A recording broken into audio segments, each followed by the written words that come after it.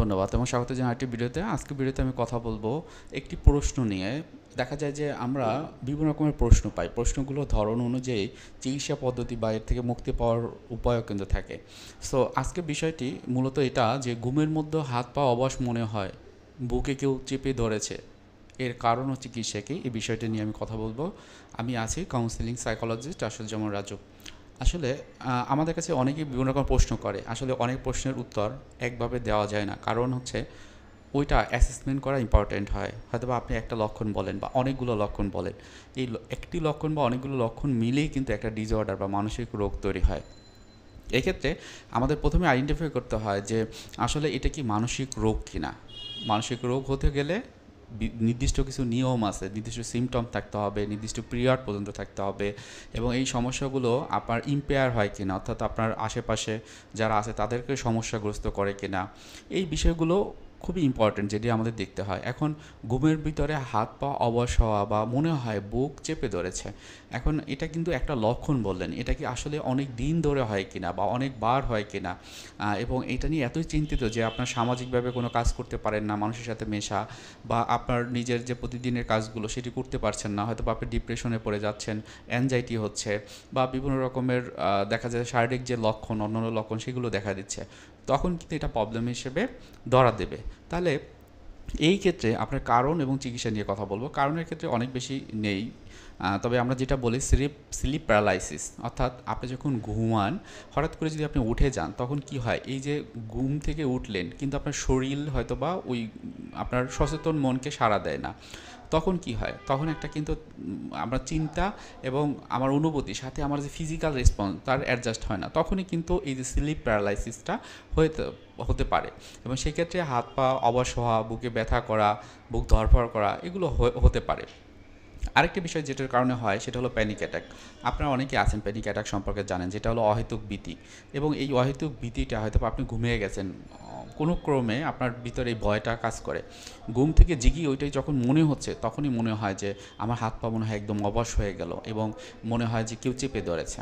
So এই যে বিষয়গুলো প্যানিক অ্যাটাকের ক্ষেত্রে কিন্তু বেশি হয় এবং সেক্ষেত্রে অনেকের শ্বাসকষ্ট হয়, অনেকের অনুভূতির ক্ষেত্রে বিভিন্ন রকমের দুশ্চিন্তা, এগুলো হয়ে থাকে। এবং আরেকটা কারণ হয় অক্সিজেনের অভাব।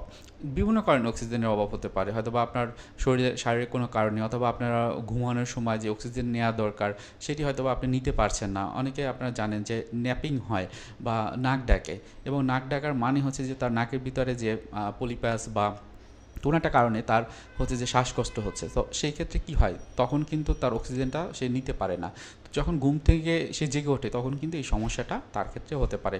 অনেক সময় এইগুলো নার্ভ সম্পর্কিত সমস্যার কারণে হয়, সেক্ষেত্রে অবশ্যই একজন ফিজিশিয়ান বা মেডিকেল ডক্টরের কাছে যেতে হয় এবং তারা ইনিশিয়াল ডায়াগনোসিস করে দেখে তারপর কিন্তু যে চিকিৎসাটি সেটি দিয়ে থাকেন। এখন আসেন যে চিকিৎসার ক্ষেত্রে কী করণীয়। চিকিৎসার ক্ষেত্রে আমরা প্রথমেই যে জিনিসটি বলি স্লিপ হাইজিন, খুবই ইম্পর্টেন্ট এই জিনিসটা, যে আপনি ঘুমাবেন কিন্তু ঘুমানোর আগে কোনো রকমের ক্যাফেইন খাওয়া থেকে বিরত থাকবেন, অ্যালকোহল পরিহার করবেন।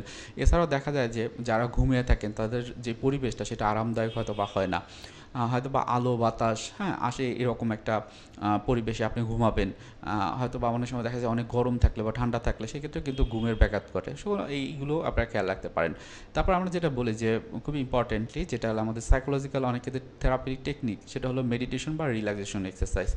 মেডিটেশনের ক্ষেত্রে যে জিনিসটি গুরুত্বপূর্ণ, আমি আমার অন্য ভিডিওতে কিন্তু একটাই কথাই বলি, সেটা হলো মেডিটেশনের ক্ষেত্রে আপনি বিভিন্ন রকম মেডিটেশন পাবেন, হয়তো ইউটিউবে সার্চ দিয়েও মেডিটেশন পাবেন বা আমার এই চ্যানেলেও পাবেন।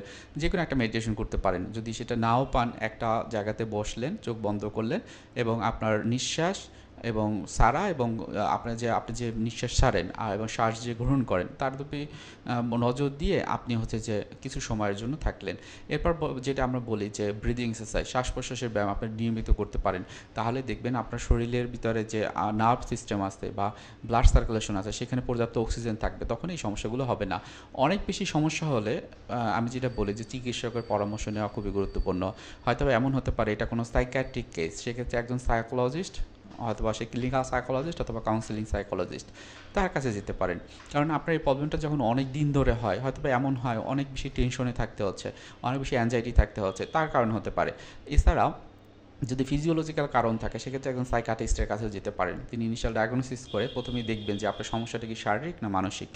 যদি মানসিক হয় সেক্ষেত্রে সে হয়তো বা কিছু ওষুধ দেবে, শারীরিক হলেও সে কিছু ওষুধ দেবে। আর যদি এমন হয় যে শারীরিক এবং মানসিক দুটোই, সেক্ষেত্রে হয়তো সে এটা একজন কাউন্সেলিং বা ক্লিনিক্যাল সাইকোলজিস্টের কাছে রেফার করবে। এবং সর্বশেষে যেটা বলবো, স্বাস্থ্যকর জীবন ধারণ করা। আমরা প্রতিনিয়ত স্বাস্থ্যের যত্ন নেব, এবং স্বাস্থ্য বলতেই আমার শারীরিক স্বাস্থ্য, আমার মানসিক স্বাস্থ্য, আমার সামাজিক স্বাস্থ্য এবং আমার ধর্মীয় স্বাস্থ্য। প্রত্যেকটা জিনিস যেন আমার ভালো থাকে সেটি আমার খেয়াল রাখতে হবে। সাথে সাথে এই স্বাস্থ্যকর জীবন ধারণ করার ক্ষেত্রে ঠিকমতো ঘুম, ঠিকমতো খাওয়া দাওয়া করার সময় যে পরিমাণ পুষ্টিকর খাবার খাওয়া দরকার সেটি খাচ্ছে কিনা সেটি দেখব। সাথে সাথে হচ্ছে যে খাবারটাকে ভেঙে ভেঙে খাবো, অর্থাৎ 3 বেলার খাবার 6 বেলা খাবো, এটা স্বাস্থ্যকর। বিদেশিদের যেটা করে, আমাদের দেশে আমরা কী করি যে অনেক বেশি খেয়ে ফেলি, সেটা না করে বরং অল্প অল্প করে খাওয়া দাওয়া আমরা করব। খাদ্যাভ্যাসের পরিবর্তন করা, খাওয়া দাওয়া ঠিকই করে, দেখা যায় যে দুপুরেরটা হয়তো বা বিকাল হয়ে গেছে, বিকালে আবার যে একটা নাস্তা করা সেটি না করে আবার কিনা রাতের খাবারটাও 12টা 1টা 2টার সময় খায়। এটা না করে বরং একটা টাইম করে নেওয়া, নিয়মিত হাঁটাচলা করা, নিয়মিত অন্যের সাথে একটা সম্পর্ক ভালো বজায় রাখা, একটু মানুষের কথা শোনার একটা প্র্যাকটিস করা, এই বিষয়গুলো যদি আপনি একটু করতে পারেন, দেখবেন আশেপাশে যারা মানুষ থাকবে তাদের সাথে আপনার একটা সম্পর্ক ভালো তৈরি হবে। আপনার অনেক বেশি উদ্বিগ্নতা বা মানসিক চাপ থাকবে না। এবং সবসময় খেয়াল রাখবেন আপনি যেই কাজ করেন সেখান থেকে আপনার কোনো অ্যাংজাইটি বা মানসিক যে প্রেশার সেটি হচ্ছে কিনা, যদি হয় সেটিও আস্তে আস্তে কীভাবে কমবে এটা একটু চেষ্টা করতে পারেন। হয়তো এমন হতে পারে আপনার আশেপাশে এমন কেউ আছে যার কাছ থেকে আপনি সাহায্য পেতে পারেন, তার কাছ থেকে সাহায্য নিতে পারেন। মনে রাখবেন, শরীরের যত্ন যেমন গুরুত্বপূর্ণ, মনের যত্ন খুবই গুরুত্বপূর্ণ। এবং মনের যত্নের জন্য আমাদের অবশ্যই কিছু মেন্টাল যে টেকনিক রয়েছে বা মানসিক যে টেকনিকগুলো বা আমরা যেগুলো চর্চা করি সেগুলো আপনি জেনে রাখতে পারেন, সেটি আপনার ক্ষেত্রে কিন্তু খুব ভালো কাজ করবে। এই ভিডিওতে যেইগুলো বলা হয়েছে আপনারা যদি একটু প্র্যাকটিস করেন, হয়তো বা এমন হয় হ্যাঁ আপনি অনেকগুলো প্র্যাকটিস করেন, কিন্তু সচেতন মন থেকে প্র্যাকটিস করতে হবে। হয়তো বা আমি একজনকে ধন্যবাদ দিলাম, হয়তো বা মাঝে মাঝে দিই, অনেক সময় দেই না, সেটা না। আমি আমার একটা ভালো কাজ আমি পেয়েছি কারোর মাধ্যমে, তাকে আমি ধন্যবাদ দেবো। এটার মাধ্যমে কি হবে, তাকে এই যে ধন্যবাদটা দিলাম সে কিন্তু আবারও হয়তো বা আপনাকে ওই ধরনের হেল্প করার চেষ্টা করবে, বা আপনি কীভাবে হেল্প করেছেন সেটা একটু বললেন যে তোমার কারণে আমার অনেক হেল্প হয়েছে। সো এগুলো হয়তো বা মনে হয় ছোট ছোট বিষয়, কিন্তু আসলে কেউই না, এটা ছোট বিষয় না। হতে পারে আপনার মা বাবা ভাই বোন সবচেয়ে কাছের, তাকে একটু ধন্যবাদ দেওয়া, গ্র্যাটিটিউড একটু শো করা, এটা কিন্তু আমাদের একটা প্র্যাকটিস।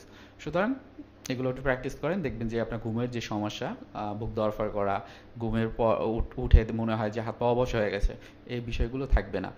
তবে মনে রাখবেন, নিজেরা প্র্যাকটিস করবেন আমার ভিডিও দেখে। যদি না পারেন অবশ্যই একজন প্রফেশনাল সাইকোলজিস্ট অথবা সাইকিয়াট্রিস্টের শরণাপন্ন হবেন। আজকে ভিডিও এখানেই রাখছি। সবার জন্য শুভকামনা। আসসালামু আলাইকুম।